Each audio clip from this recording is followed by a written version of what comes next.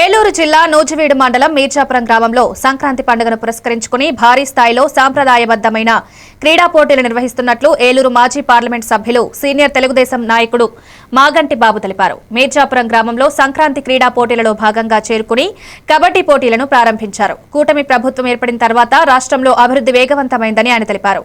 పండుగ 3 రోజుల తర్వాత ఏలూరు జిల్లా పరిధిలోని అన్ని గ్రామాలు, పట్టణాల్లో 18వ తేదీ వరకు కోడి పందాలు కొనసాగించే విధంగా ముఖ్యమంత్రితో మాట్లాడి ఒప్పిస్తారని మాగంటి బాబు మీడియాకు తెలిపారు. ఈ సందర్భంగా జరిగిన కార్యక్రమంలో టీడీపీ నేతలు గద్దె రఘు, కాపా శ్రీనివాసరావు, అక్కినేని చందు పాల్గొన్నారు.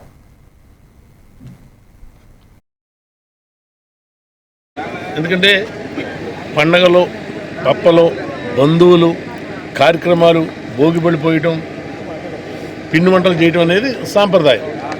దాని భాగంగానే కూటమి ప్రభుత్వం వచ్చిన తర్వాత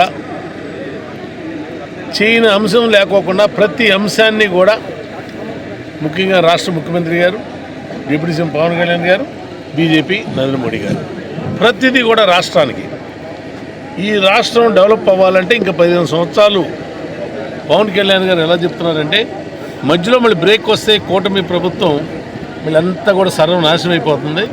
దయవుంచి మీరు కూడా 15 సంవత్సరాలు మమ్మల్ని ఆశ్రయించండి, మేము ఏం చేయాలో చేసి చూపిస్తామని ముఖ్యమంత్రి గారు, చంద్రబాబు గారు, లోకేష్ గారు, నరేంద్ర మోడీ గారు. సంతోషమే. గ్రామీణ క్రీడల్లో వాళ్ళు కబడ్డీ పోటీలు స్టార్ట్ చేయడమే కాకుండా నూజివీడు ప్రాంతానికి అనేక ప్రత్యేకత ఉంది. తెలుగుదేశం నాయకులు కానీ, జనసేన నాయకులు కానీ, బీజేపీ నాయకులు కానీ, ఇతర ప్రజలు అందరూ కూడా పార్టీలు